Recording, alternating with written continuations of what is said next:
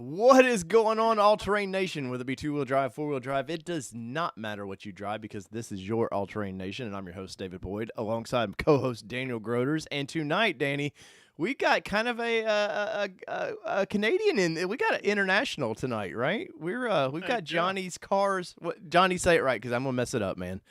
No worries. Johnny's Car Care and Reviews. There you go. So I wanted to give a shout out to you tonight because, like, you seem to be super passionate about the Bronco like I am, and Danny's over there in California and going, we don't care about Broncos, man. He's a Nissan guy. He doesn't want to care about this stuff. But I seen your stuff, and I've been digging what you'd been talking about, and we seem to have a common interest with that. And you'd mentioned me in a video, and somebody had brought it to my attention because I follow so many people anymore. To stay ahead of the news, you almost have to like just watch what everybody's talking about. And somebody said, "Hey, man, this guy was talking about your channel a little bit," and I was like, "Oh yeah, I know this guy. I follow this guy a little bit." But welcome to the show. And first off, guys, if you haven't yet, I put a link into this chat. Go and subscribe to Johnny's page, please. Johnny wants to hit that 1,000 sub mark. I'm sure you probably are close to the watch hours, everything you need to be monetized, but we want to help get Johnny over the mark if we can. And especially my Bronco guys. Come on, Bronco guys. You've helped me out in the past, so help Johnny out in the past. But welcome to the show, sir. Well, thank you so much. I'm all smiles here, and it's hard for me not to smile because I watch pretty much all of your stuff, and I've been doing it for quite some time. And it's of course one of my videos. Yeah, I definitely mentioned you in there because you're probably actually one of my preferred YouTubers because you say things straight. You don't sugarcoat, and you don't try to go too extreme either. You're not just saying crazy stuff just to get views. So I find like. Don't censor yourself, Johnny. Don't censor yourself. You can say the bad words here. But no, I do appreciate that, and I get a lot of either people like that kind of content, or they're like, "Dude, you just whine all the time." And I'm like, "Look, man, I've been in the auto industry for quite a while. Like, I see this stuff, and it just starts to piss you off a little bit. And knowing, like, I could go really full crazy on that, but like knowing that people, like yourself, who you have a reservation too, right? Like, you're in the middle of all of this." For sure, yeah, and I'm seeing it go by with other people that I know, and the people that my brother's been working at a Ford dealership now for about 27 or 28 years. Wow. So I get I see some of the heartache from on my own perspective, and then I see it for people around me, and some of it's definitely frustrating. Sometimes you kind of scratch your head and you don't know why, and then other times you're like, you know what, I can let that slide. That makes perfect sense. So sometimes there's a bit of method to the madness, and lately it's been a mixed bag, a bit of everything going on. Right. Yeah. So my understanding is us in the States, we get a lot more information, it seems like, than maybe you guys in Canada are getting on this, right? Yeah, and you did a really great, certainly it was great for me. It made me feel better. Last Friday, you did a live chat where one of your Canadian subscribers wrote in saying, hey, at least you get emails. And I was watching this and I was like, hey, I feel so relieved because like I've been feeling left out in the dark. Like I don't get any emails. And the only reason I'm getting info is, I get to sort of sneak peek on some Ford Direct computers and follow people's builds and when they ordered versus their equipment. So, I have sort of like a sneak peek at, give or take 20 builds. This Canadian subscriber said I'm not getting any emails, and it's kind of like, that's exactly why I love Dave's channel, because it gives you I've been getting the good information that I need. And I think a lot of people, like we sit back and we wonder, what's going on, is few weeks ago, I was wondering, and you've mentioned it before, last Friday, especially, you mentioned it, the deadly sins, were they ever really, major issues, or did it really just boil down to the hard tops, which is a question that I asked a little while ago as well. I mentioned that sort of had a sneaking suspicion that when you look at all the orders that have been placed for Bronco builds and what they're saying were deadly sins, I was thinking like, hey, what? And I said it in one of my videos. I'm like, hey, what is this? Like 80% of builds? Are they just Yeah. kind of looking for a scapegoat, but not one that can actually be fixed? You just get all the sheep worked up, and then you can't, get them through the right space in the fence because there is no right space in the fence. Because at the end of the day, the problem is these hard tops. Well, let's start from the beginning from you just a little bit because I'm assuming, because I don't know completely your background, but I'm assuming you watched that launch video and was like, "Holy crap, man! This is a badass vehicle that I'd like to be a part of." Is that kind of what started you down the Bronco path? Uh, yeah, that and I'm a kind of the Rock fan, and when they had that Bronco and that Bronco prototype in Rampage, Oh yeah, yeah. back then I was like, oh man, if this ever exists, I'm gonna do whatever it takes to get one. So that's, I guess, my background for wanting a Bronco. And I guess it's childhood memories. Like I used to go up into the woods and cut wood with my dad when he was healthier. And we had this, I think it was an 85 baby blue and brown rust Bronco. And sorry, not Bronco, Ford Ranger. Yeah. And we used to beat this Bronco to death until the frame and body came right apart. And I was like, just those good old feelings. And I was like, that I want to be able to put a Bronco not through the wood carrying experience, but definitely just power through the woods. And that's sort of the background to really wanting a Bronco. And yeah, it looks awesome. Yeah. So did you launch when they launched that video last July? Did you watch that launch and all that? Yeah, no, it's yeah, definitely. I was definitely into it, and I think you've mentioned it recently. Like they've never stopped the hype train, because that video was definitely all hype train, and it was a good time for it. Right. And you know, I will say I did notice they finally pulled the reservations off of their website. Like they finally stopped taking reservations, but it just took forever. But so we were talking before the show that you've been kind of a Ford guy for a little bit. You've been beating on Mustangs a little bit, and what are because this show is just not Bronco, by the way. What are kind of your history with cars, man? Are you a car guy, a truck guy? Where was little Johnny starting out in the world of cars and trucks? that's a cool question. Thanks.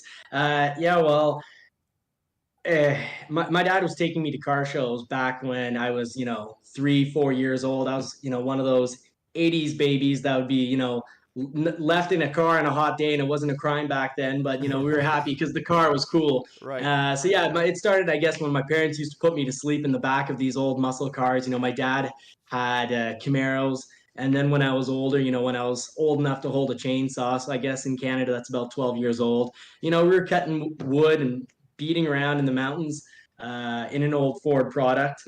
And yeah, I just became a real car guy, I guess, right from the beginning. I went through college asking myself, like, hey, why am I going to school? And when I really have this passion for vehicles, I went to university and I did a bachelor's degree and basically a second degree in history and then philosophy, liberal arts. And I was always like, I love cars. That's where my attention is. Did a year of law school, and finally I put my foot down and said, you know what? I'm going to follow my car passion, and I'm going to be an armored officer so I can, roll in tanks. Like, what's Oh, cooler nice. than a car? A tank is cooler than a car. What? And it is. And I wish I could have done that, but I injured my back in training. So I got honorably discharged, and I get the plates that keep me a bit out of trouble with speeding tickets as long as I'm just Yeah. relatively kind of speeding. When you have that veteran plate, you really, Nice. I won't say too much, but they're a little nicer with you when you get pulled over. And then finally, I just said, I said, what? As soon as my back is, I didn't really piss around the bush very long. I didn't want to be getting money, so I just went straight into automobiles basically from there. And I actually work in the automobile industry. I work at a vehicle dealership, Hmm. and I wasn't, sold Ford. It's just I turned into a Ford guy because I've had over roughly low 60s vehicles. Hmm. And my Nissan was unbelievably faithful to me. I had a 300ZX twin turbo, and that thing was boosted in the low to mid 500 horsepower, Wow. depending on the day and how hot it is. And I absolutely loved it. Other than leaky turbos, was great to me. But then I also had about 6 MR2s, and I had at least 4 to 5 annoying issues with them. And I happened to have, I used to actually, I was on a dairy farm, and I had six-ish vehicles on the dairy farm, plus the ex-wife's vehicle. So we had 7 vehicles between the two of us. And for the fun, I had bought a Mustang, a 95, because my buddy used to break every vehicle he owned, and it was the only vehicle he hadn't blown the engine in, basically. Right. He's blown about 12 engines. So I picked this thing up, and in the same summer, I happened to have the oxygen sensor, a chip on them, or two brake, and it cost me like $900. And I had about 5 other issues that were all close to $1,000 break on them or two. And the 2-ish years I had that Mustang, I had one thing break, the oxygen sensor, and it was $95. And I guess that's how I became cheap parts. Cheap parts. That's how I became a Ford guy. Nice. Nice. So Dan, you have a fellow. I don't know. Are they soldiers in Can? I don't know what you would say in Canada for. It's a soldier day. I mean, it's Canada, really. It's like North America with just a lot more snow and stuff, from my understanding. and everybody's nice. That's all I really know about Canada.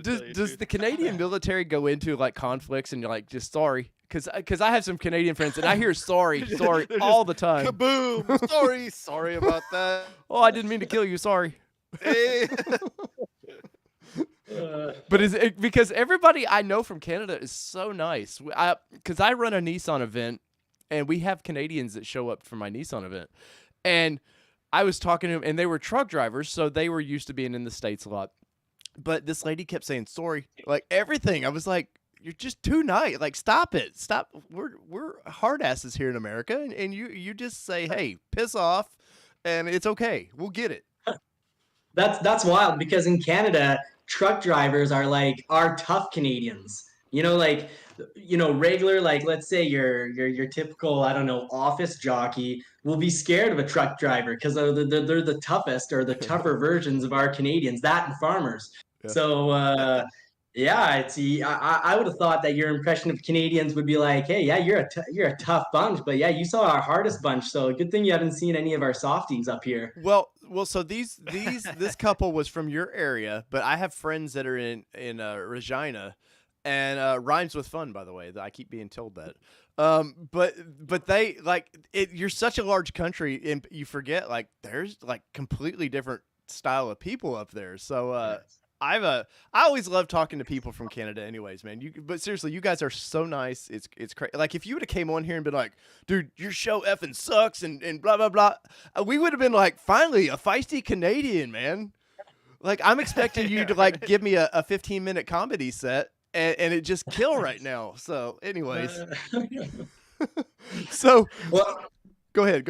I don't know if you guys know this, but in Canada, Midwestern Americans have an incredible reputation for being really kind and nice. That's why when you originally, you mentioned like, hey, I could have you on a live show, give you a helping hand.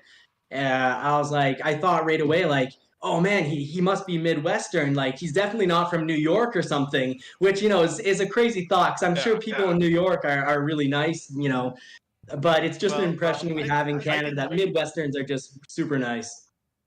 Yeah, I can specifically speak to that because all of my family are Midwestern, Minnesota, Iowa people, and like, yeah, it's like you can't even. It's impossible to make any of my relatives mad. They're just kind of like, oh well, okay, I'm sorry about that, and whereas I've been deployed to the desert with like a bunch of Rhode Island guys and some guys from Boston, and just talk about the meanest, like, they were actually good dudes.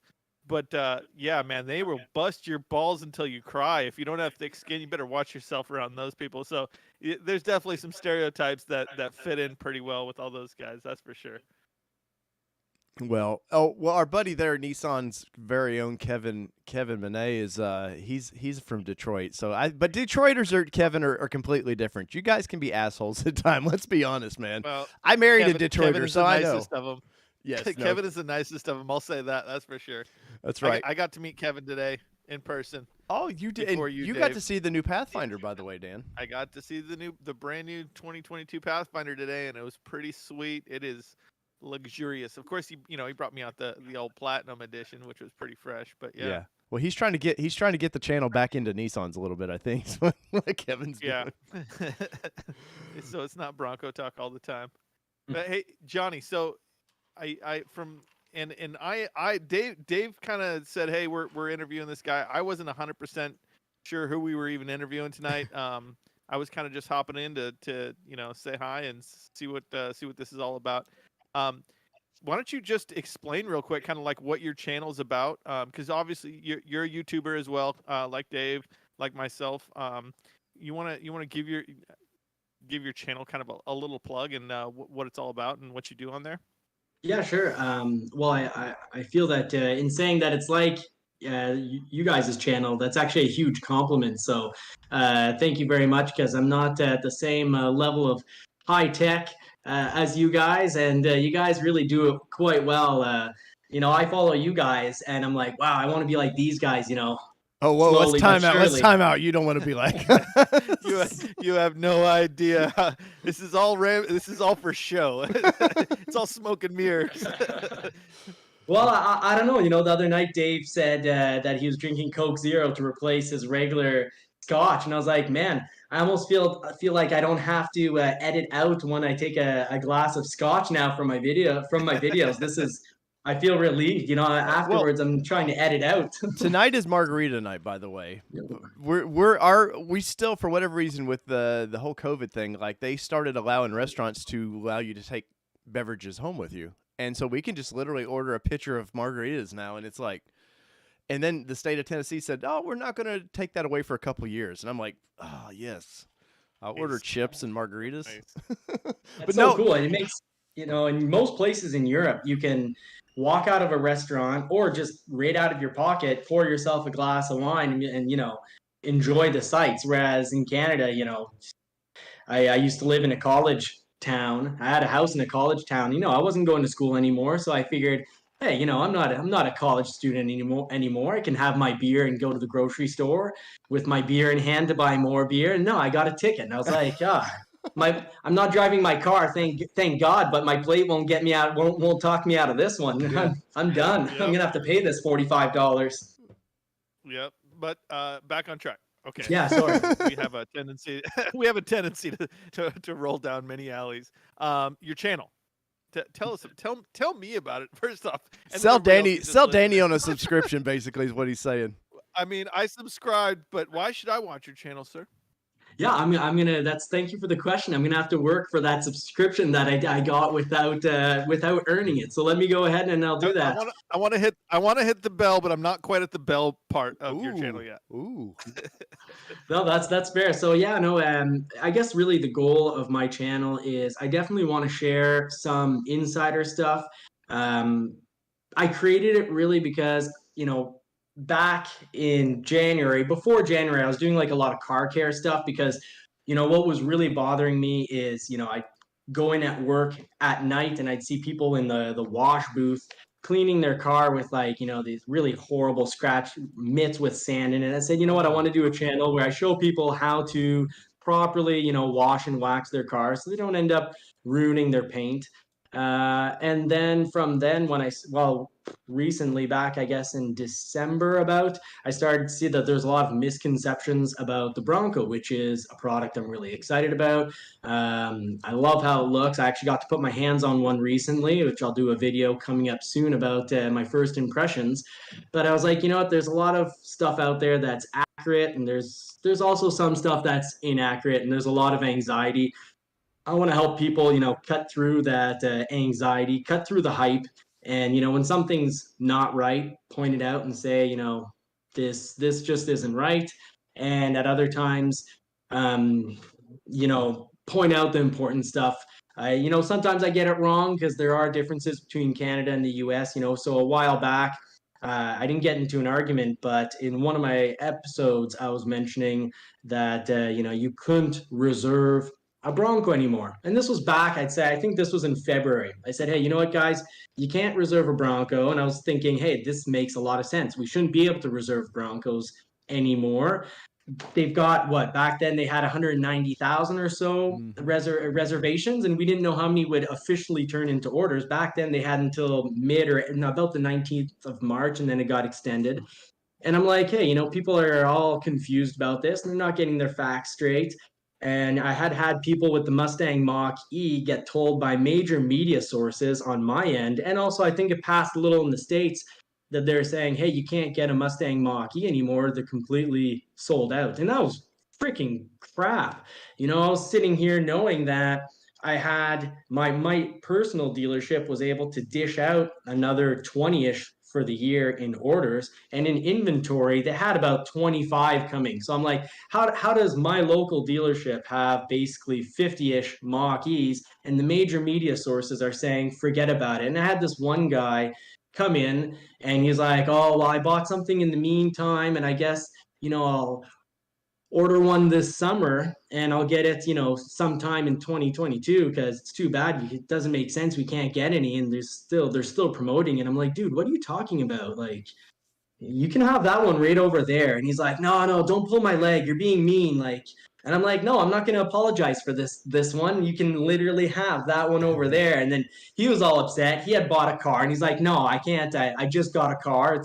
If I flip it now, I'll lose $4,000 or $5,000. And I figured, you know what, I gotta get the right info out there, help people out, and not let major media. They get a lot of stuff right, and sometimes they're a little slow on the ball. Like they just announced that the Maverick, as of today, they announced the Ford Maverick would be arriving this year. Yep, June 8th. Sorry, I think it's June 8th is when they're gonna talk about it. But yeah, go ahead, John. Yeah. So, anyways, just so the example in the Maverick is, I've had that info now. I think I put it out in one of my videos. It was maybe 4 weeks ago that I was saying, I was confirming the Maverick. We're gonna have the very first ones if everything goes well. That's a big if, but that it would arrive December, maybe even November. So like I had the news 3-4 weeks early, and I thought I'd mention it because who knows, who knows, maybe some people who are dropping their Bronco orders will say, you know what, maybe a small truck does work better for me.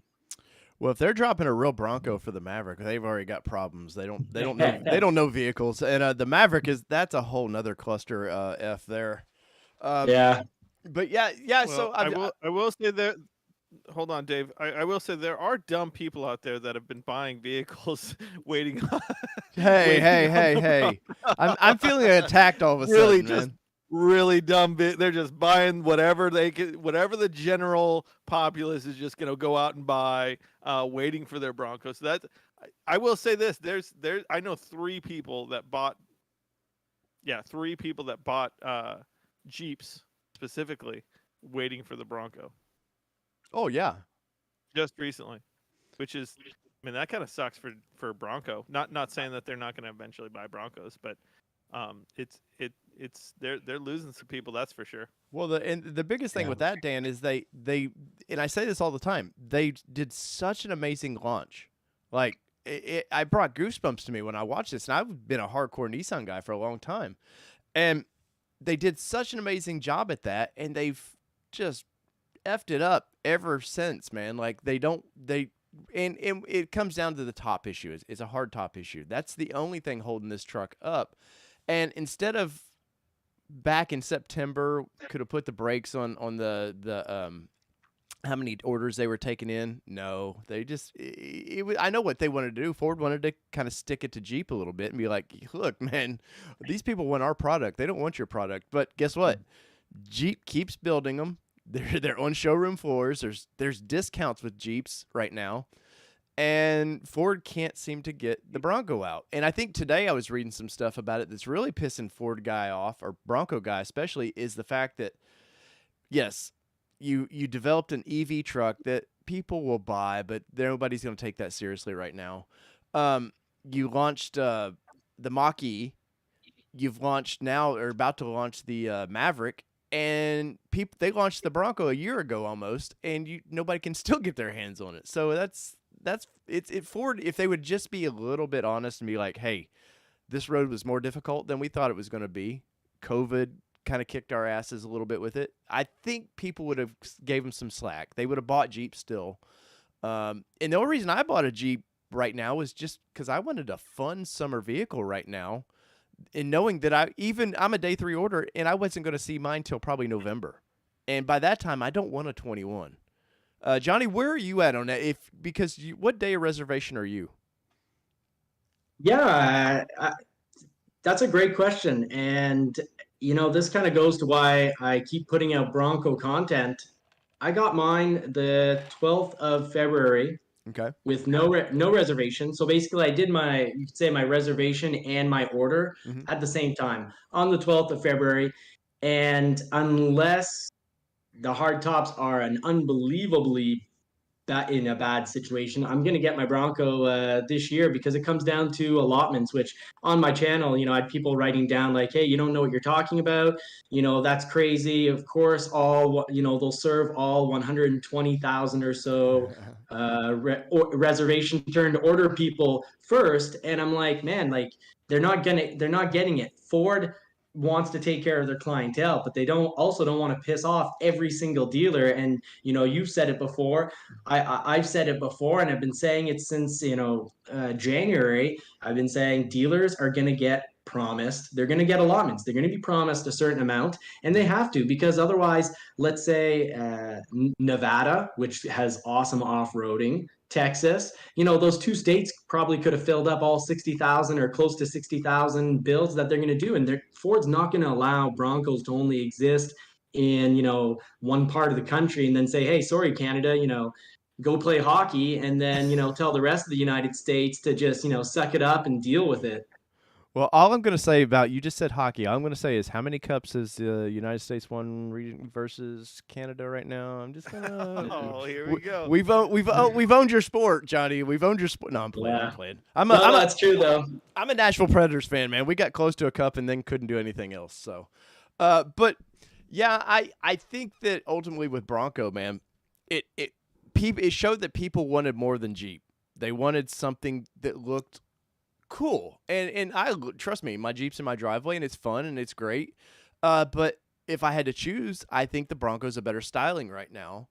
And me and Danny's talked about this a lot. I think when Bronco launched, it made Jeep look really old, really quick. And now after spending I won't say a lot of time, about a month in this, I see things that I've got a video that I'm working up where there's lots of details that Ford missed out on with Bronco. You can tell Ford bought some Wranglers and hit all the high notes that Wrangler does, but there's just little details that they just sort of slacked out on it, or just didn't see it because they're not in that market. What was Danny, what's the closest thing Ford ever had to off-roading? What, the Ranger maybe in the 2000s? In the 2000s, yeah, it was only the Ranger. Well, yeah, the Explorer was never really a big off-road vehicle. It was a very capable SUV, but well, you know what? In the 2000s, that's when they switched it over to IFS or independent rear suspension as well. So the Explorer never did anything after the mid or early 2000s. So they had the Explorer, or I'm sorry, the Ranger. I want to say until 2000. I'm guessing here completely, but maybe we'll say 2005, whatever. But the Jeep was just the only real thing besides an Xterra. 4Runner stayed strong. The truck stayed fairly strong as far as off-road vehicles, Tacomas, Frontiers. But yeah, that was the only kind of competitors. It was kind of like a Jeep or a Tacoma, and then there was this small Nissan crowd. Yeah. And but for the most part, that's what we've seen for the last since mid 2000s for sure. So like Ford definitely showed that there was, and Ford didn't even want to build this. Like Yeah. it literally took the head of Ford to be like, we are building something, and engineering was like, we don't have anything like that. And they literally in 17, I forget the head of Ford at the time, he literally said it without he said we're going to build a Bronco, and that's why people went nuts. And of course, I think Bronco 6G at the time had a little bit to do. They were doing all those cool renderings of kind of a full size looking Bronco, but it was definitely a throwback, and it inspired people to go, "Hey Ford, what's going on here?" But as I was saying, the Bronco, there's going to be some things. I'm hoping to have both of them side by side when I get mine that I can say, look, here's the high points, here's the low points. I think Bronco independent front suspension is going to ride so much better, man. When you get behind the wheel of a Jeep and you literally have to drive it because it's like wandering all over the road, which is the nature of that style of vehicle. Like when they get it, Jeep guy gets into the Bronco, they're going to be like, holy cow, man, this thing just tracks straight and it rides straight on the road. But definitely, I think Bronco's also awoken some sleeping giants like Toyota. Toyota dropped the FJ Cruiser because of just fuel economy, basically. Oh yeah, Um, yeah. and and FJ is the sorry, Dave. I yeah, go ahead. just want to say FJ was a very big step for Toyota. They had a short production. Well, we'll say a somewhat short production for the FJ coming back, but that's still a kind of a powerhouse for Toyota. They kind of, and that's right in that same segment of Jeep, FJ. We'll kind of say the Xterra there for a while. That was right in there with the Bronco world. That's something that in that segment, those are the big names, especially if you go way back to when those were like the big, off-road vehicles that you really had a good time in. And as well, like the big Broncos, they've had a huge resurgence recently. And this may be more of a West Coast thing, but you cannot find Broncos, and I'm talking about not Bronco 2s, but the big ones. You can't find it's like the 240 Nissans and weird stuff like that where all of a sudden everybody wants one. There's definitely some nostalgia there, and I think they started seeing this. People of my age, I'm 40. Dave's age, he's like 107. I'm 108. Thank you. That spent time in these two-door SUVs with a little bit short wheel space, and they're not necessarily Jeep guys. And that's the resurgence of the Bronco has been kind of like I think it helped push the ideology that like this needs to be a thing again. We need to bring. I mean, the name is huge. It was a huge name for a long time. Yeah, I think market. If you look at the market, you brought up the FJ and Dave. Yeah, they probably did scrap it because of fuel economy, and thank goodness they didn't scrap everything because of fuel economy, because then they wouldn't have the Tacoma. Because the Tacoma is a bit of a little pig, fat little hefty pig, but it is a pretty cool off-road machine. But I think. Yeah, Ford did. I can definitely testify to the fact that Ford had trouble bringing back the Bronco because it didn't fit in their plans. I remember reading package material going all the way back to 2012, and between 2012 and 2013, everything Ford was sharing with dealerships was, hey, guess what, guys? We're gonna spend, and first they said we're gonna spend $8 billion on hybrid and electrification, and we're going to have 20 some models by 2025.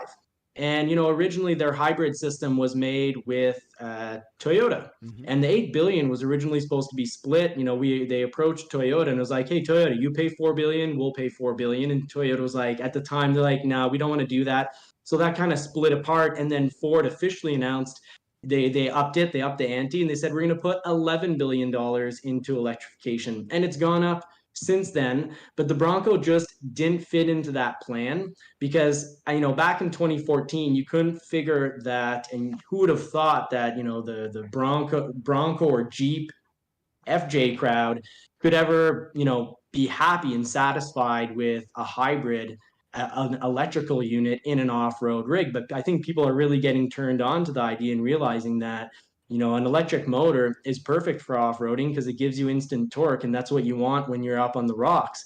And I think it's a smart move on Ford because why? did people buy so many FJs and why are their resale value through the roof?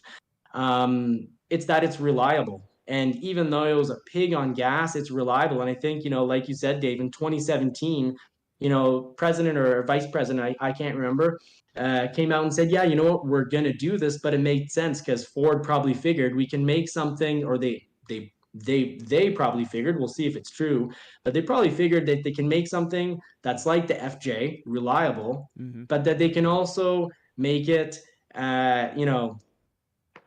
fuel efficient. Well, and to that, man, when their timing was weird in 17 for that, because you had Xterra just got killed off in 15. I think FJ here in the United States was killed off in 14. Like, it was a weird timing for them to go, we're all in on an off-road vehicle. And then you have CAFE standards here in the United States that they have to, as a company, meet a certain standard.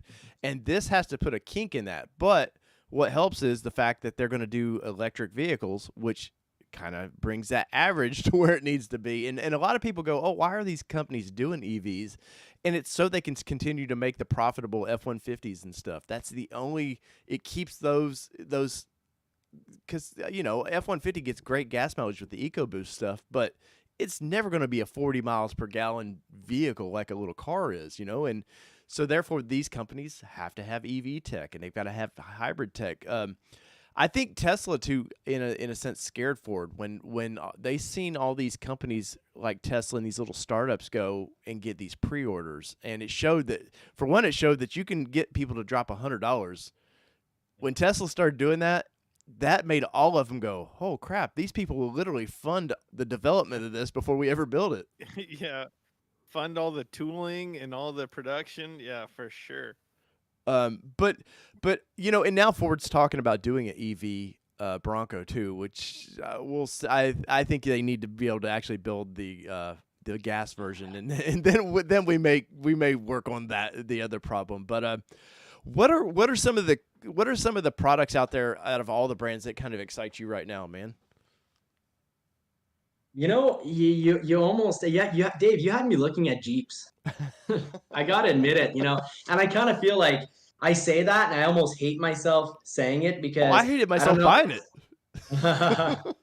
I spent the last, I'd say at least the last decade, since everything that went on with the economy in 2008, and Jeep and Dodge, Chrysler, GM, the problems they had, the whole bailout issue, and then I know, maybe I'm wrong, but I feel that the product, not maybe I definitely liked Dodge and GM more in 2005 than I do today. And I was looking at Jeeps and I was looking at old Jeeps, and if I had more cojones, I probably would have gotten one, but I hate repairs. And Car and Driver picked up their Jeep, and they're at 10,000. No, they were at 10,000 miles, and on the 10,000 mile mark, their transmission blew up, and they lost it for 29 days. And I'm like, that's the type of thing that will turn me into a nice Canadian that says sorry for everything to putting my head through a wall. Like, I have no patience for things when they break, but I do like cars that have character. So I think I've actually done recently the most environmental thing ever. And I picked up, well, in regards to purchasing a car, I picked up a 94 Mustang to add to my 2018. And I will publicly point this out. This is way more friendly to the environment than buying an electrical vehicle, because electrical vehicles, one, create radiation when you're making those batteries. When you're mining, it's horrible pollution. Like, they're filthy. Electric cars are filthy for the environment. I'd say if you're gonna get one, don't be a snob and say you're better than other people because you care about the environment. No, you're a jerk that just cares about his wallet. You don't want to pay gas anymore, and that's okay. Just, I like it when people are honest and say, hey, I bought myself a Tesla because I hate going to the pump and I'm cheap. I don't want to pay the dollar, whatever it may be, $1.20 a liter. You guys must be at about $3.50 a gallon. Oh, Danny, what is the gallon for you right now? About $4.50. I'm paying European. I'm paying that SoCal European prices. I'm at $2.75 roughly right now per gallon. But before the presidential change, I was $1.50 to $1.65, something like that. It was silly cheap. But yeah, so where do you stand with it? So clearly you're not a huge EV guy. I mean, I like the tech of it, and I had plans on owning the Leaf when it came out, but the whole, like you were saying, the economy kind of took a tank, and so did my job at the time. But where do you stand with the EV F-150? Do you think that's a winner for Ford, or do you think that's just a lot to do about nothing? Yeah, it depends what your definition of a winner is. I think I doubt it's going to be a winner in regards to, turning a considerable profit. I think the F-150 turns an incredible profit, but you're going with mass-produced engines that don't cost a ton to make. I think that truck, I don't know what the cost on it is, but I wouldn't be surprised if they're close to break even or maybe even losing a bit of money on it. I'm sure through, tax, the, The carbon rebates, tax yeah. and rebates and whatnot, because they do get benefits for. Basically, it's not so much that they get money from the government; they just don't have to pay fines to the government. Because how it works for car manufacturers right now is, let's say you sell a whole lot of F-150s, and let's say they polluted more than they do, because they're actually really pretty darn good on gas. But let's say they did 20 miles per gallon as an average, or whatnot. I'm more into liters, but you do get fined for that, and the EVs offset those fines. So manufacturers are actually building EVs to avoid fines, but the issue with that is that the EVs are horrible for pollution. Yeah. So, I don't think it's a win for the environment. I think it's a huge loss. And everyone thinks it's the battery disposal that's the main issue. But no, the mining is an issue. The creation of the battery is an issue. And then, yeah, we will later on have an issue with getting rid of these batteries. So I think it's a loss for everyone, except I think for customers, if they can actually get one, I think the truck's going to be a huge win. I actually am. I'll say I ordered one because I did, and I ordered one about 45 minutes or an hour into when we could. I'm sure I can own it for 10 months and probably sell it for basically the price I paid for it, which I'm cheap. I'm gonna say I'm gonna own an EV because I'm very cheap. It's not because I'm trying to save the environment with it, because I read and I'm responsible and I know that they're not good for the environment. Well, I Go will ahead, Dan. say for EV as well. You you bring up some amazing points, and I'm right there with you on all, pretty much all of them. But I will say that EV, as far as power and torque are considered, um, the motors, and we're not talking like range or whatever, and the infrastructure of gas motors is so much better, but you get so much more out of EV or out of electric motors as far as power and torque. So and this is like I'm getting a fly in my face. It's the most annoying thing in ever.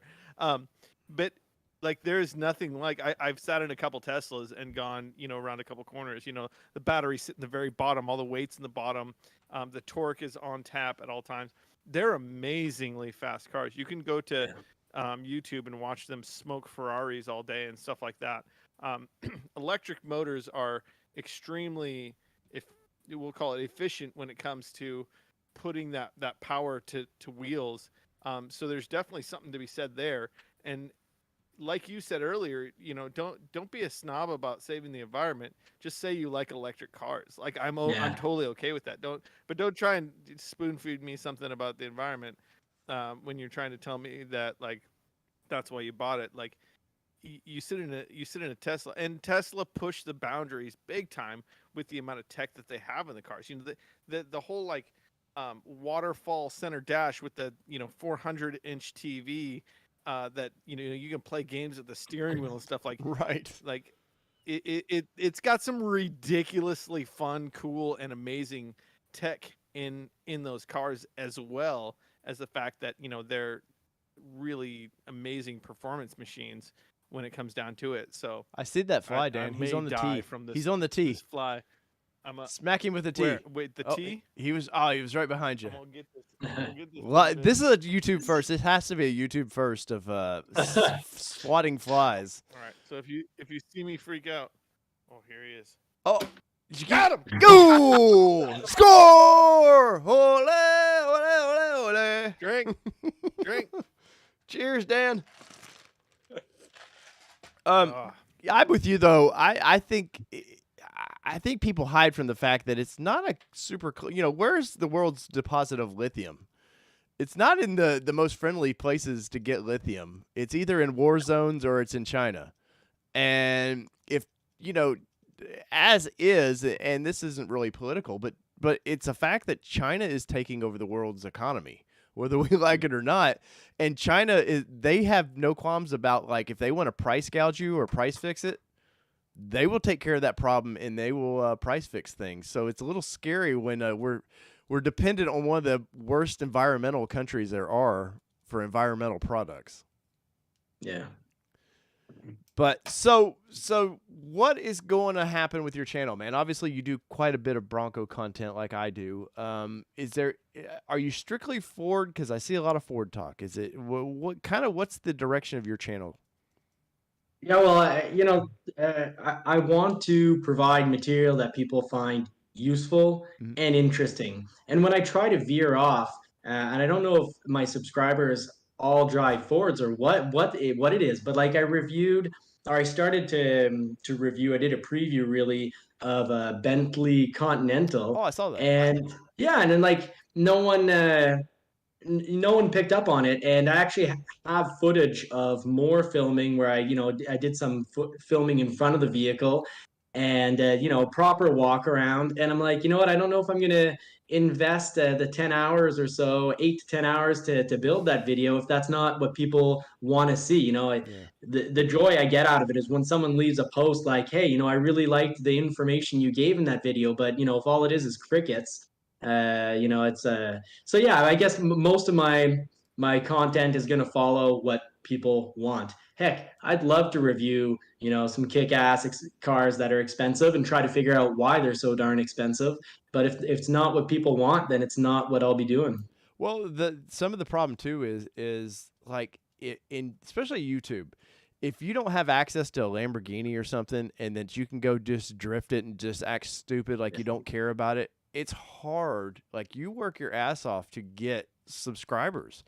And some of the bigger channels, like TFL and some of these channels, they started like we all did in small and worked their way up. But YouTube was still small when they started.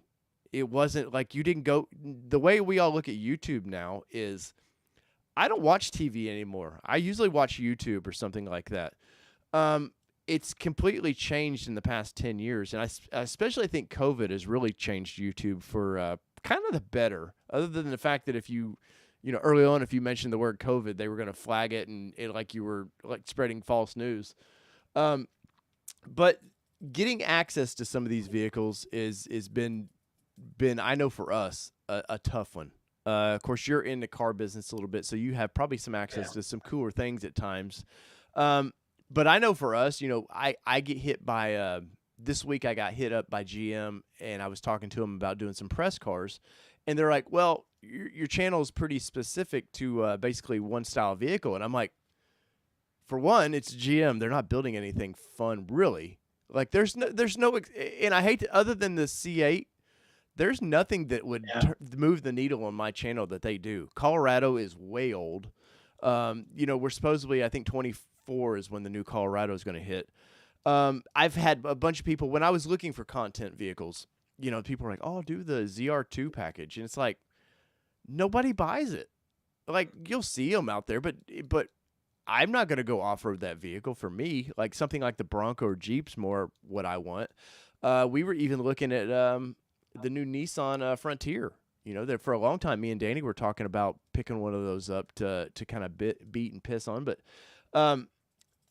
But even Nissan's having a problem. Like, seems they have a Ford problem. They can't seem to get anything out in time. But I know. Well, I would beg to differ on that, Dave. I mean, I just got into a brand new Pathfinder, and they're coming out when they said that they were going to come out. No, Pathfinder's a month behind, Dan. When they said that they were going to, a month.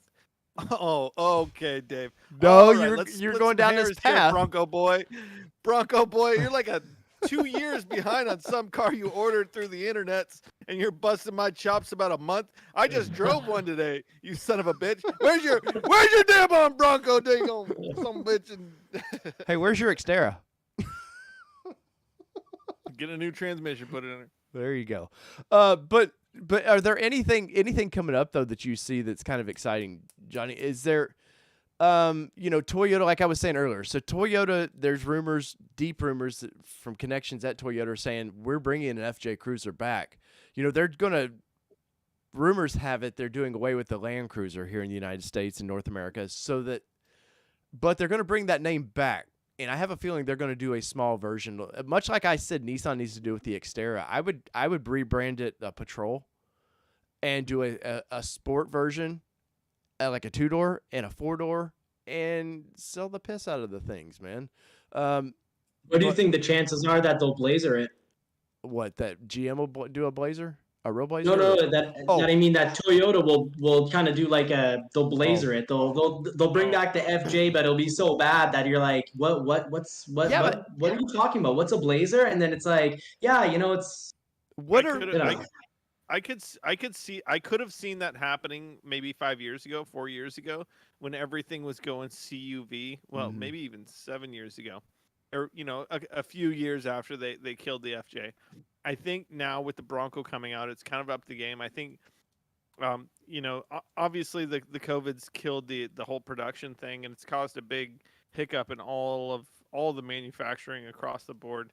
But I think nowadays, if you want to compete, if Toyota came out with a completely vanilla, totally hamstrung, zero balls FJ, they would get laughed out of the market so quick, because they really have established themselves really solidly with the Tacoma and the 4Runner in the off-road world. Toyota has spent a lot more money than most brands. I would say Ford and Toyota have spent the most money in the off-road scene. And I've been to a lot of races and off-road events and stuff like that. They spend the money and they're out there. They're really pulling for those enthusiasts. So I think I really highly doubt that Toyota would do that. They have enough of them too. They have quite a few vanilla vehicles out there right now. They don't need another one. Well, and Toyota's they're a pretty conservative company, and that actually probably helps them in when they do something like if they were to bring an FJ back. They're not gonna go stupid crazy. I don't think they would ever do a removable roof, because clearly Ford's shown that that's a tough nut to crack. I mean, they've shown that it's hard to manufacture those tops, and Jeep has a long time, a long heritage of making these tops or having somebody build them for them. But I do think that, look at the Tacoma, man, one of the worst vehicles to get in and out of, but it's also the top selling pickup truck, mid-sized pickup truck. Like, it has all these flaws, but Toyota has this weird quality thing about them, which they have just as many flaws as any other brand, but they have this weird perception of quality. And what did Make-A-Wish? Kevin Minay, Dave can contact the Make-A-Wish Foundation for a Bronco. Oh, Kevin, that's but so we've got a new Tacoma coming out next year, if I remember right. We've got the Tundra's about to launch in the next few weeks. Like Toyota's, they're due for something cool off-road again. And I don't know, Dan, the 4Runner's it's supposed to be a 24, if I remember right. And Toyota's conservativeness really saved the off-road SUVs, really, if you think about it, because that truck is old as piss, man. 2008 or 9 is that chassis. It still runs that 4-liter. That's talk about a pig. That thing is underpowered, just uses fuel like crazy, and that's the only thing they put it in now is that 4Runner. But I think Toyota ultimately is going to jump in this. I don't think Nissan has the balls to jump in on something like this right now, because Nissan's they're in a recovery. They're trying to recover from they're still hedging their bets for sure. Right, and Nissan is more known for sports cars, and even though the old Pathfinders are just beasts, but Nissan's known for the Z. You can think about any other time of Nissan and go, Nissan 70s. What do you think of? You think of a Z. Other than that, I would be like, well, they had the B series, and like they didn't really have anything popular. They made a big splash with their initial Xterra. That of was their course. second. That was their second big splash, I would say. Yeah, and Titan's been they a made some failure. markets do some stuff. Yeah, Titan was a I mean, Titan came out and everybody was like, "Oh, crazy! They're making a full size truck now." But Well, then they Toyota brought never, theirs out the next year, yeah, and it they was came so out with much better. Q100s and then Tundra. Yeah. But as far as like GM, like I don't think GM is so green right now, or trying to be this green company, this kind of woke green company that I don't see them wanting to get into the off-road market. And everybody, especially Bronco guy, love to jab at GM for the Blazer. You're going to call that thing a Blazer, and it was like, hey man, they're still selling a bunch of that thing, and they don't have they can actually build them, and they get to market. So Yeah, but and on that point though, I think something that a lot of us in the community forget because we're anticipating, and last summer we were told the Bronco would show up this spring, and then it got pushed to early summer, and now it looks, and I'll give you an example. Our day one reservation at our local dealership, it's a day one reservation. It was ordered basically the first day that you could order them through your dealerships, and they're originally going to be the 5th of June.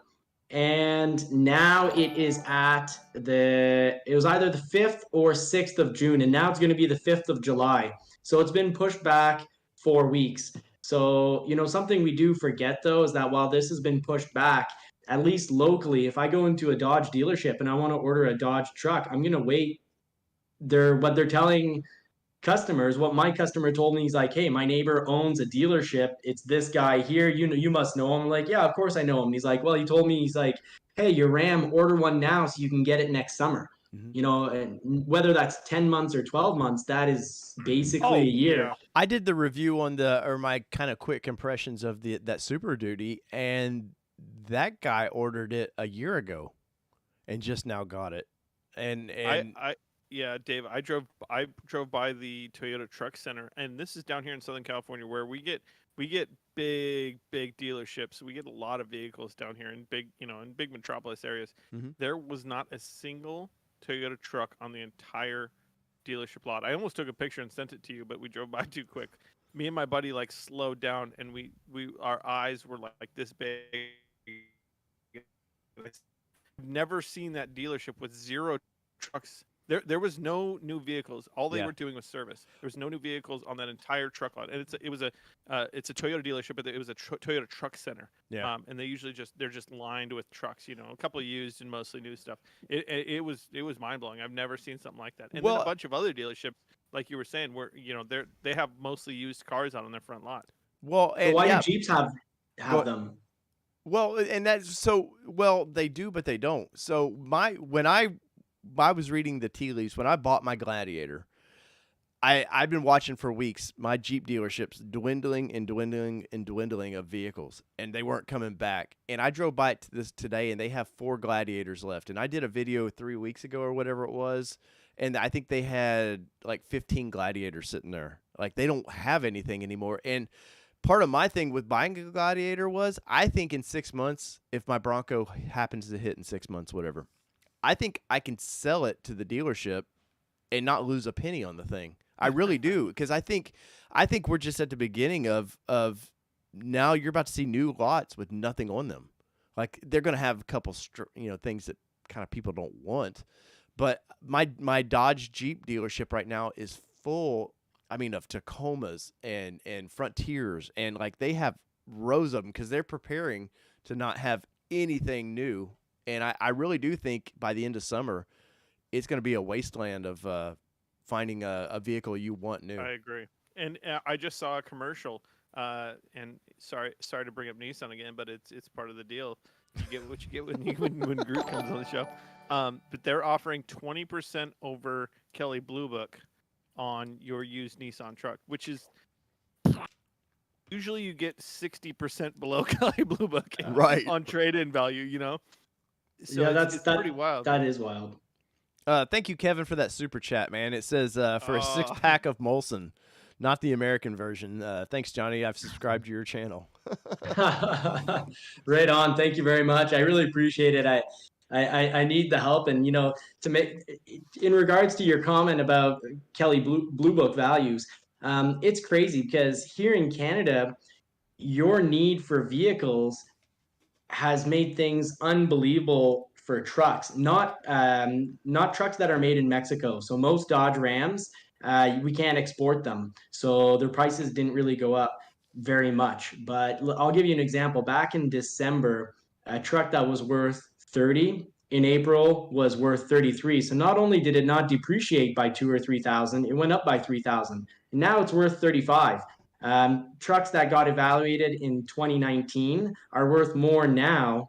Ford trucks, F-150s, are worth more now in 2021 than they were in 2019. So like it's a crazy time if you have a vehicle. Well, And my buddy with pickup truck and SUV, Tim Esterthal, he picked up with the power, whatever they call it, the Power Stroke. no, with the hybrid truck, the F-150 Oh, the Power Boost. Yeah. Power Boost. Yeah. So he picked one up at the end of December. He had a tax bill coming up, and to offset that, he needed to buy a vehicle, so he did that.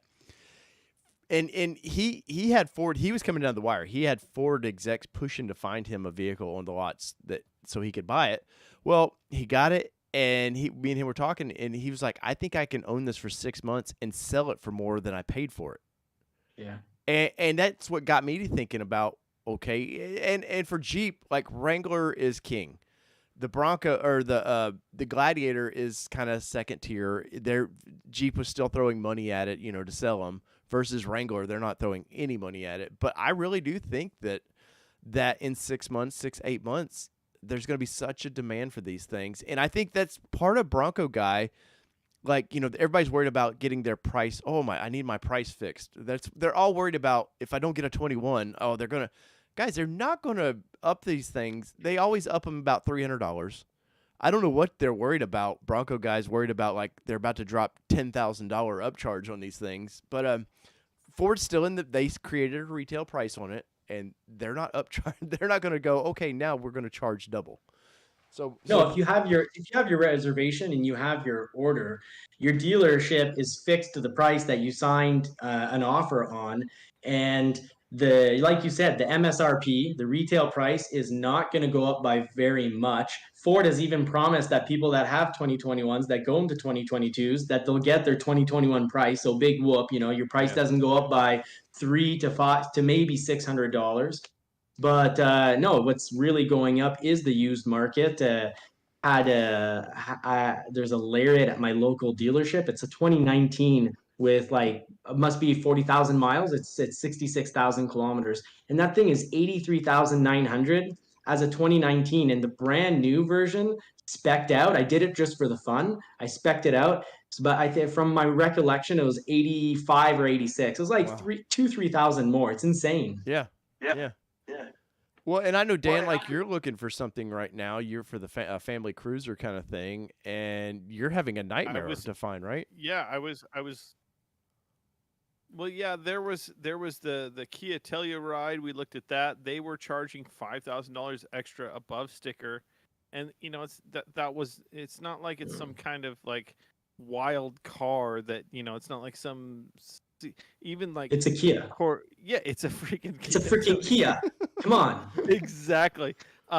We looked Cheese at the pizza of the automobile world. Yeah, we looked at the Palisade, and then shortly after they started doing upcharges on those because they can't get them and people wanted them. But the prices were up there. There was no really good rebates, and the inventory was little to none on whether it was a Kia, the Palisade, the Explorer. There was a little bit more inventory on Explorer. I think that was more because I'm in Southern California. The largest dealership in the country is my buddy owns it. The VW, I want to say it's Amarok, but I don't think that's the right word. But whatever the VW's version of a not a full size SUV, but it's a mid-size SUV with third row. They had like two decent ones, that weren't like base models in stock. It was frustrating to go out and see them all. And then there's no big incentives. There's upcharges from dealerships to offset any incentives that maybe dealerships had in the mix.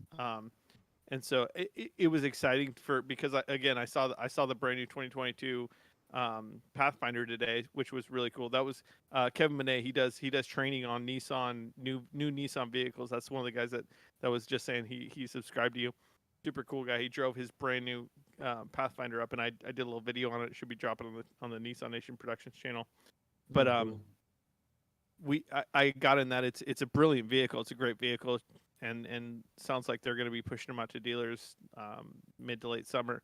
But the vehicles out there right now that are kind of what it is, what is, it's almost like if you want it, great. If not, then somebody else is going to buy it really shortly, because it's a seller's market in the vehicle world right now. Dan, do we look in say 3 or 4 years, do we look back on the 20 and 21 model vehicles and be like, holy hell, there's just that's a time period of vehicles that there just aren't any? It might be one of those like, oh, that's a rare one because they were only producing this many. They only produced the 500 2021s. Well, Johnny, maybe all these guys that bought these first edition Broncos who thought they were really buying some classic collector item, maybe it actually turns into a collector's item because you couldn't get the damn things. Yeah, maybe so. Maybe so. Well, so Johnny, where are you going as we kind of wind the thing down here? Where is your channel going? Obviously, more Bronco talk. Do you have anything other than Bronco coming up, or are you like, F it, I'm going all in on Bronco? No, I'm not willing to go all in on Bronco. It's sort of like that'd be like when you get married. After a while, it's like, yeah, I'm married. It's cool. And it becomes routine. So I think the excitement will eventually wear off on the Bronco. But like marriage, sometimes it's worth waiting for and, really committing to it. So I am going to get my Bronco. I am committing to it for sure. But I want to do some revisions on some really cool Mustangs. Performance Pack 1 that I was actually building a review on, and my dad thought it'd be funny to buy it. So he's like, you can't drive it anymore. I bought it. And I was like, I was kind of test driving this and doing videos. And he's like, yeah, I know. So anyways, there's that coming up. But Dad cock blocking you there with a car. Yeah, he kind of is, and he's a comical guy because he doesn't even realize when he's being kind of a funny man. But I'll have to steal the keys from him. I also picked up my '94 Mustang because I keep getting everyone leaving comments of like, oh, the Bronco's not any good because it doesn't have a good old V8 in it. And I'll be showing people on my channel what a good old V8 is. It's a whole lot of noise, but it's not a whole lot of forward momentum. And actually, I got one with a modified motor, so just the same, it's just so unbelievably slow, even compared to a 2.3. So I just want to, wherever the wind takes me is where I'm going to go, but I definitely want to cover the misconceptions, because I find in the automobile world more than elsewhere, or maybe it's just these days in general, there's not a whole lot of logical analysis. People often just jump on something, and if there's a meme attached to it, they're like, oh yeah, that must be true. Like, at one point in this video, I could have chimed in when you said, Jeep still had some vehicles left on their yard, and then later on you said, well, slowly, kind of all the good vehicles leave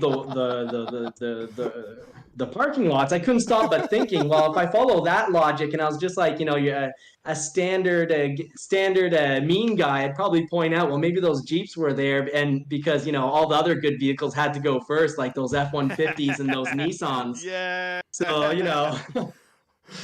Well, hey man, let me tell you, mean guy comes out with a Gladiator. It's a vehicle that either people love or hate. And today, man, the comments have been horrible in my latest Gladiator video of just like, that's the ugliest damn thing I ever said, like just constantly. And I'm just like, okay, man, I don't care, whatever. Hey, speaking of that, I'm sure do you go through your comments and do you have to shake your head? Do you want to argue? Do I cry? No, but do you want to like don't ever engage? Let me tell you that with the mean guys, because that's what they're looking for one. But sometimes I'm just like, wow, that was your shot. You took your shot over because I said something you didn't like. Yeah. That's a good point. I should take that one to heart because I do read all the comments, and I go through all of them. and unless I accidentally miss one, I answer all of them. Even actually, one comment early on said that it was probably the nastiest of all of them, and I didn't know about this. I thought I had to engage. I was like, hey, it's my job. You know, I'm putting content out there. I have to answer everything. Yeah. So even if the guy says that I sound like I think he said an autistic gay moron. Wow. And you know, I took the time and I wrote like a little paragraph to him being like, hey, that's really not cool or okay to autistic people. Yeah. You know, that's not okay to, you know, homosexuals, Right. because they probably don't want to be associated with me. I'm not cool enough to, you know. So I tried to make it kind of like funny, but let Yeah. him know that like what he said, you know, wasn't all okay at all. Right. And, you know, and I let it sit there for a little bit, and then I was like, you know what? I hate doing this, but I actually deleted the comment because I was like, I don't want other people thinking like, oh, hey, this is a good place that I can go Yeah. and put, you know, hate comments up and Oh put yeah. hateful material. But if people want to put things like, hey, I hate the 2.3, I'm like, hey, you know, it looks like I'm going to be writing a comment for the next 15 minutes. Better find a good seat. So I try to answer it all, even when it is people who just want to kind of get into a bit of a verbal argument about something, you know, being horrible and crappy, but then not providing any factual evidence. But I love the guys that, you know, disagree, but then they quote or they give some form of evidence, because, you know, it's a whole lot better than just, hey, man, you're completely wrong, you're an idiot, you don't Yeah. know what you're talking about, and then they don't say why or what their sources are. Well, nothing changes your mind too, like a guy going "f you." That's it. There's definitely the, like, I've deleted many comments over the years where it's, you know, if a guy comes on and says, hey, listen, I had this car for a long time, it's a total piece of junk, you know, this broke on me, that broke on me, I'd be like, oh, tell me about it. And then there's the guy that says, you're a douche because you said that, and that's it. Kind of like what you're saying, like no supporting information. They're just being a dick. Yeah. And that those people, in my opinion, those people get deleted immediately. I don't need that in my life. And other people don't want to, like, when I go down and I see somebody like commenting on somebody else's video, I'm surprised more comments don't get deleted, because it's, if you're just going to be a dick, that's like somebody walking up to you and your friends having a conversation about a truck. And I'm saying, oh, you know, I've heard some bad stuff about that. This guy says, oh, you know what? I've heard some good stuff about that. And then the third guy walks up and be like, you're all a bunch of douchebags because you believe that. And you're like, who's this guy? You know, like, get out of here, bro. That, like, my thought process is the comment section is a conversation of people that are talking about something, and then it's like the one socially inept moron that runs in and says something stupid, and you're like, you're not part of this conversation, go over there and pull weeds. Well, and the thing clown. you find with those guys, generally, they're not subscribed to your channel. They literally opened the door, punched you in the face, and then left. And took a dookie in your desk. Yeah, and so, like, I've gotten to where I just start removing a lot of that stuff. I'm like, I don't engage, because, Johnny, I used to own a couple of Nissan auto forums, and I would defend my baby. Like, people would come in, this forum sucks, and just rip me up, and I would fight back, and you just learn. And Danny had to walk me through many of these conversations. There was so many times where I was like, Dave, stop trying to argue with idiots. Why you're yelling at it? I don't know how many times I text Dave. You're basically arguing with a wall right now. Just send them on their way, and let's get back to the people that actually have legitimate opinions and are willing to have dialogues. And there's I don't know how many times Dave would get spun. Oh man, like I'm a little bit more of a low key. Like, let's work with the people we can work with, and Dave is more like I'm gonna burn this man to the ground. Yeah, I'm a napalm like, guy. All right, just chill out. Don't waste your time on that jabroni. You know. Oh, speaking of Danny, I have to say thank you to a viewer who sent this little bottle of whiskey in, and it is Blanton's. I don't know if y'all can see that or not. Blanton's. Ooh. That's And cool. And what? So it's, you see how tiny it is. Like, I was like, oh, that's just like a little sampler or something. Like, well, come to find out, this is some high-end whiskey. Yeah. And $200 for this little bottle. And I cannot say. I have a question, Dave. Yeah. Before you go any further, I am the man that is into mostly bourbon, but I'm into whiskey a lot more than you are. And recently, I think you have definitely upped your game like threefold. Oh yeah. And I want to know how it is that you're getting all the whiskey, and I have yet to get any whiskey. I feel like that, like, hey guys, real whiskey. Okay, listen, send Dave the whiskey. You send me the bourbon.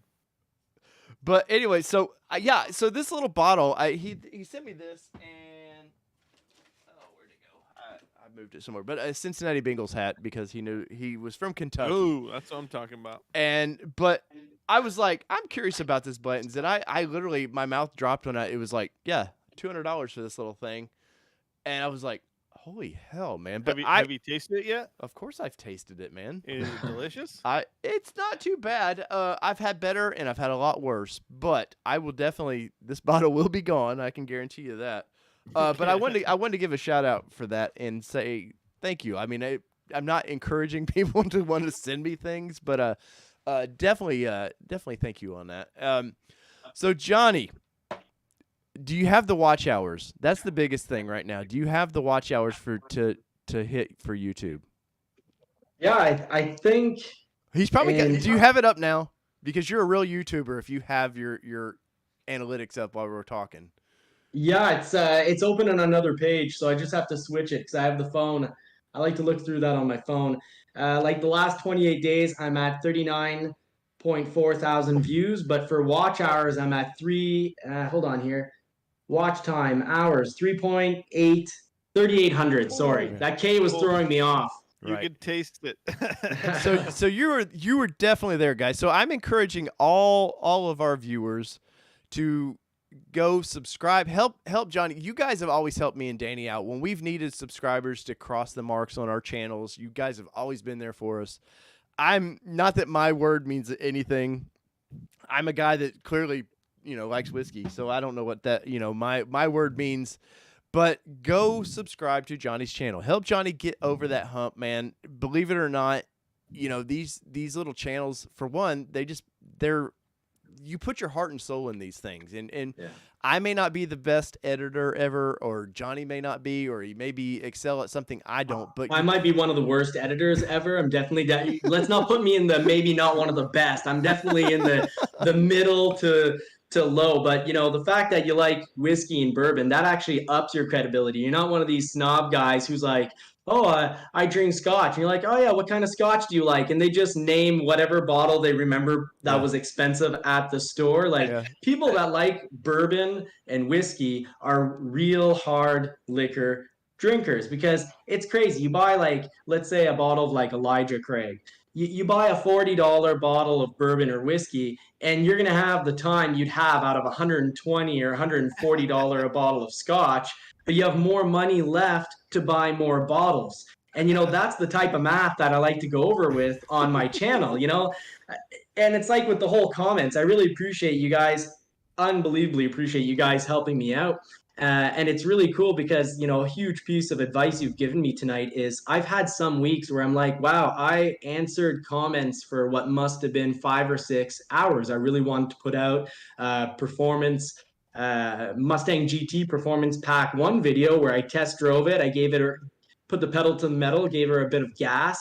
And, I've had that material now for, I think, 5 weeks, and I haven't been able to put it out because every time where I'm like, hey, yeah, I'm going to do that tomorrow, I end up, one, Bronco keeps giving us mostly bad news every single week, so that keeps me busy. That's Bronco news is like 8 hours a week because they keep fumbling something. Well, yeah, or they're and to my GM guy that I was emailing with that won't give me a press vehicle, I'm like, look, man, I can't help this is the hottest thing other than maybe a C8 Corvette.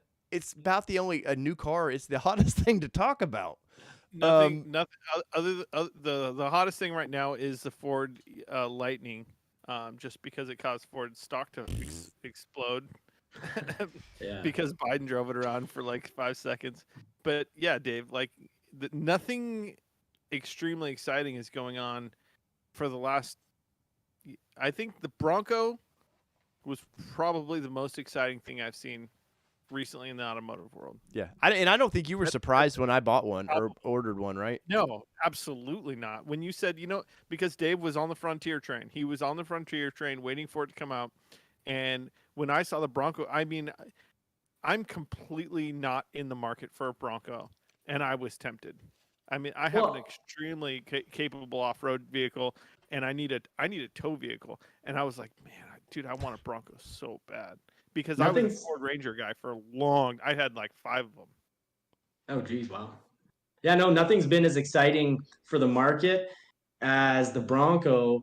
The last time something excited people excited people this much was like, remember back to the Lamborghini Countach? Mhm. Every boy had one on his wall. It was made, it was like childhood wet dreams. Yep. And, the Bronco, what's crazy is, and I don't know if this little kids still are into cars or if they're only into phones and computers, but, this is making 40-year-olds and 30-year-olds go wild and dream. So Agreed. yeah, I know that I can't even think of a single other vehicle that has had this much excitement behind it. There's a lot of misconceptions, and with the show tonight, you guys taught me that I don't need to spend 5-6 hours a week trying to write. When someone says, for example, like, hey, the 2.3 liter sucks and gives no factual evidence, doesn't say why. I'm always spent writing like 3 paragraphs being like, oh, well, if you look at horsepower at this RPM range and you compare that to, this V8, it's actually really quite well. And looking at the weight of the vehicle, and like I'll spend, 25 minutes answering that. It's like, you know what, I should just either not answer or just answer like, hey, what are your sources? What are your facts? What evidence? You don't get paid on the comments. Right. I can promise you that. Right. Fair. Well, and like I would keep getting sucked back into this, but for Bronco showed that people didn't want the same cookie cutter thing. They want something that looks different. And I think that's why people right now are attracted to off-road looking vehicles, and women especially. I see more women in lifted Jeeps right now than anything because, cars are a reflection of who you see yourself as. And people want to see who wants to be in a Nissan Versa or Toyota Corolla? You don't see, those are commuter cars. They serve a purpose. Those are cars for people who don't need a car or they don't like cars. They just need to get back and forth somewhere. And Broncos and Jeeps and Corvettes and, the Lamborghini Yaris and all these things, they say, this is my attitude. This is the way I feel. Go ahead. Oh, I was just going to throw in, that's my one concern with the FJ, if and when it comes back is, are they going to throw a boring interior in it like the RAV4 or the Tacoma? I'm not impressed by the interior.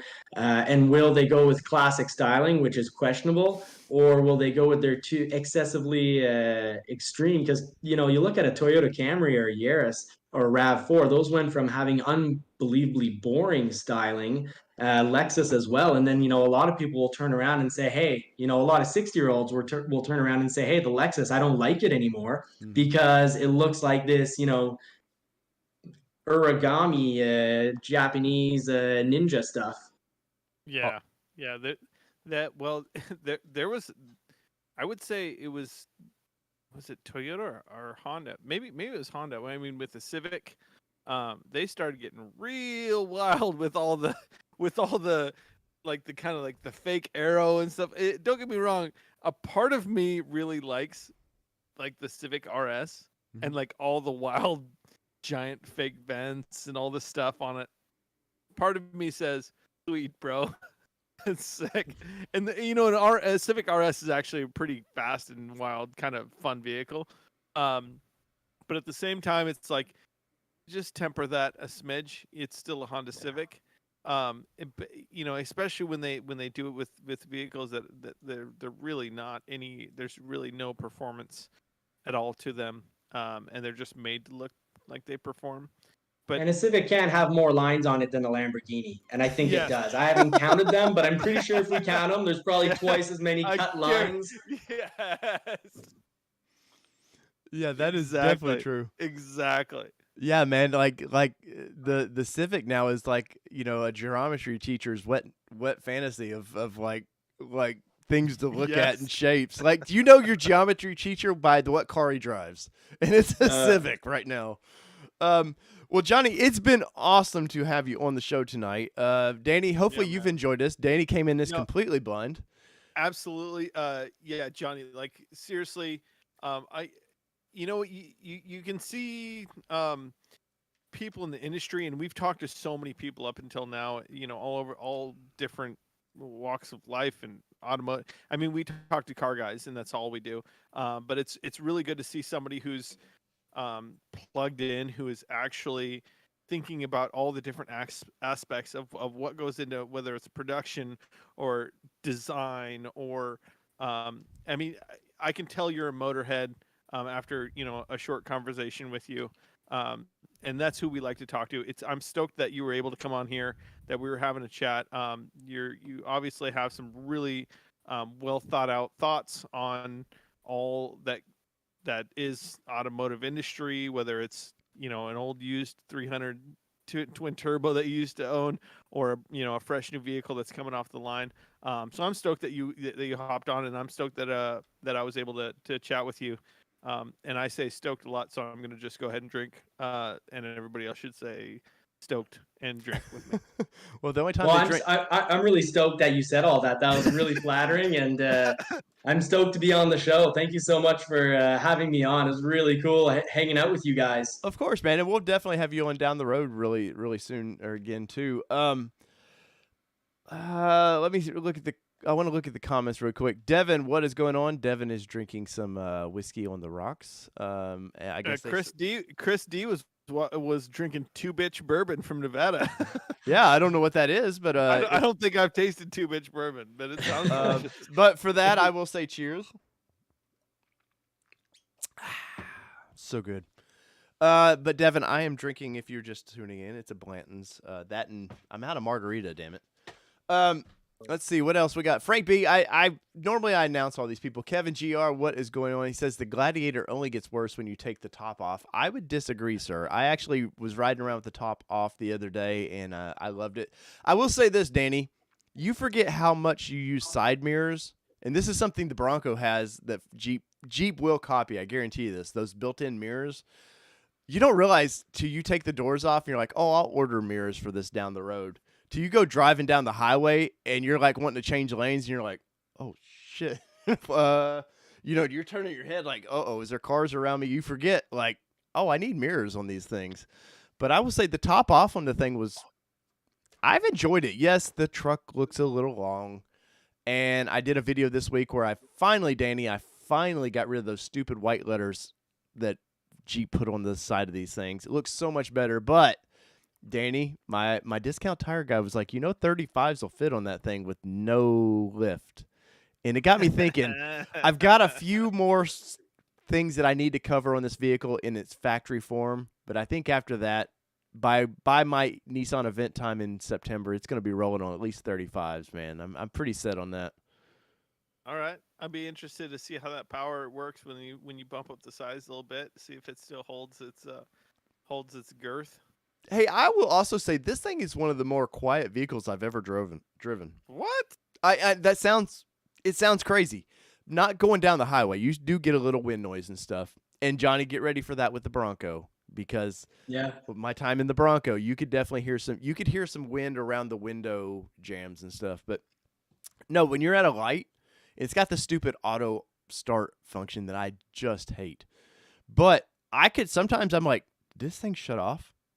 Oh no, it's still running. Like it's that little engine is very, very quiet under the hood. I was very surprised about that. But I've got, because it's so small and soft and gentle. Well, it doesn't need much. I will say it gets up and go. I peeled out in the thing, man. It squealed some tires a little bit. Dave, before you sell the Wrangler, will you? I don't have a Wrangler.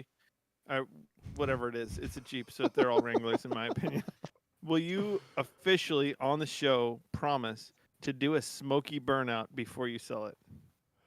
I probably have to put some oil under the tires. Listen, I don't care what you do. Spray some water and power brake the piss out of it and send it hard before you turn it in. If it will turn the tires over, yes, I will do a smoky burnout in this thing. It actually, I will say, it does have the power to do it, man. I know that little engine gets kind of crapped on, but with that and the 8-speed in it, it's pretty nice, man. Kelly took it to Florida last weekend, and she got 20 miles per gallon in it back and forth, which for a big box, that's not too bad, man. Now, when I put 35s on it, what will it do? Who knows? But till then. But let me go through the comments real quick just to see. What's up, Tommy Gunn? He says, Johnny is finally pronouncing the rodeo correctly. He's just kidding. Great. He says great videos. He's the reason I actually pronounce it correctly. He left me this little comment a few weeks back, and I practiced in front of the mirror or something like that. I must have figured it all out, Stop saying for rodeo, and his point was great. He was like, "Hey, no, that's a road in the United States down in Hollywood, I think he said it was." Rodeo, yeah. Rodeo Road, and he's like, rodeo is what the Bronco's going to be doing. I'm like, oh yeah, horses, rodeos. Fair enough. Let's see. Kevin Monet says Johnny seems very intelligent about the industry. I would agree with that. What else we got here?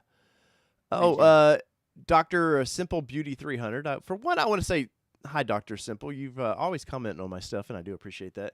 Says, is there a release date for the e-Bronco? Nothing yet. I think Ford's just teasing that to see kind of what people's interest would be on that thing. Let's see. Ashley is in the house. She said, bring back the Yugo. I'm going to disagree on that one, but let's see. I don't even think that's a country, really. That Ashley Zyke, is that a friend of yours, Johnny? Do you know who that is? Who's that? Ashley Zyke. Ashley Zyke, yeah. No. He's actually always leaving really helpful comments and often adds in things that I either forget or feel I don't have time to cover in a video. So, he's kind of been with me from the very beginning. And if I can throw in my own comment to Dr. Simple Beauty about the hybrid, I'd say if anyone as cheap as me was working at Ford, if you remember back a few months ago when they were teasing that hybrid because of the orange wiring, we know Ford actually was test driving a hybrid, but if they just wanted to see what the market's reaction was to it, I would have just put the 8 orange cabling there, no electric motor, and just see how people react. That's a $15 solution. If people are like, Bronco hybrid, that's stupid, $15 lost. If people are like, that's the best idea ever, hey, it only costs $15 to find out. Yes. I have a feeling though it could be something as simple as that though. Oh, that'd be cool. I like that idea. Let's see. Ashlyn Keller says, I have a build date for June. I've been pricing out my 2017 Escape every so often. It's not a great car. KBB has increased it to about 1,000 over the past few weeks. That's awesome. Let's see. Dr. Simple Beauty 300 says, loving the conversation. We appreciate that. What else we got going on here? Ashley's had some. I've been paying really close attention to the comments. Ashley's had some great comments. I will say that. So I'm stoked that he's been hopping on here from your channel. So Ashley, thanks for all the great comments. You've kept me entertained while you've been chatting this up. Speaking of entertaining, I only seen like 1 or 2 comments from B. Warren. Man, what's going on with that? We haven't had the zingers from B. Warren. We got a couple guys on our channel that are usually dropping some zingers at us. Who was the other guy that used to? He would just drop the mic, man. Miso Honey. Yeah. Oh man. But all right, so guys, as we wrap this up, I know like 20 minutes ago I was trying to wrap this up, but it's just such fun conversation. Go to Johnny's page. Me and Danny are telling you, just go do this. Go hit the subscribe button.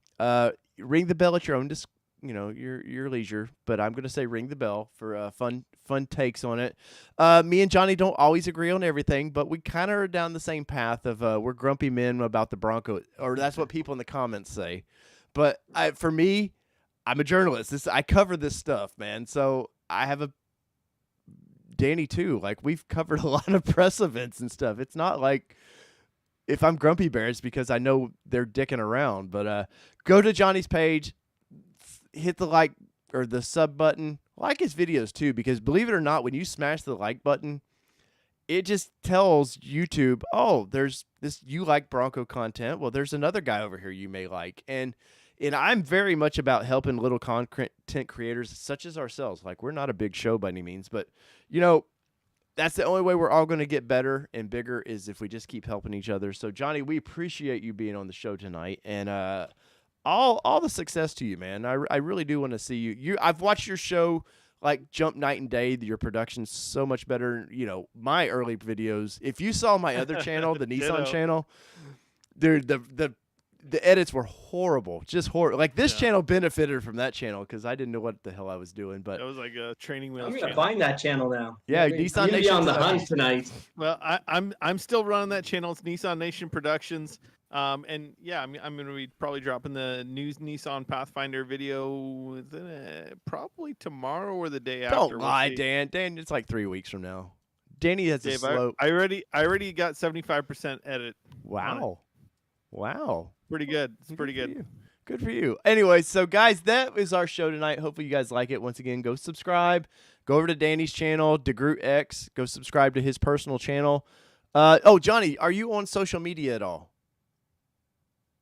Yeah, I don't have a specific Facebook channel. I've sort of have my own personal Facebook, so I'm mostly just on YouTube for the moment. I'm looking into how to safely kind of spread out so that some of the hate from my channel doesn't end up on my main Facebook feed. So my own friends are like, "Hey, we don't think we can be friends with you anymore. You've got this cult of people who hate you for something that you said."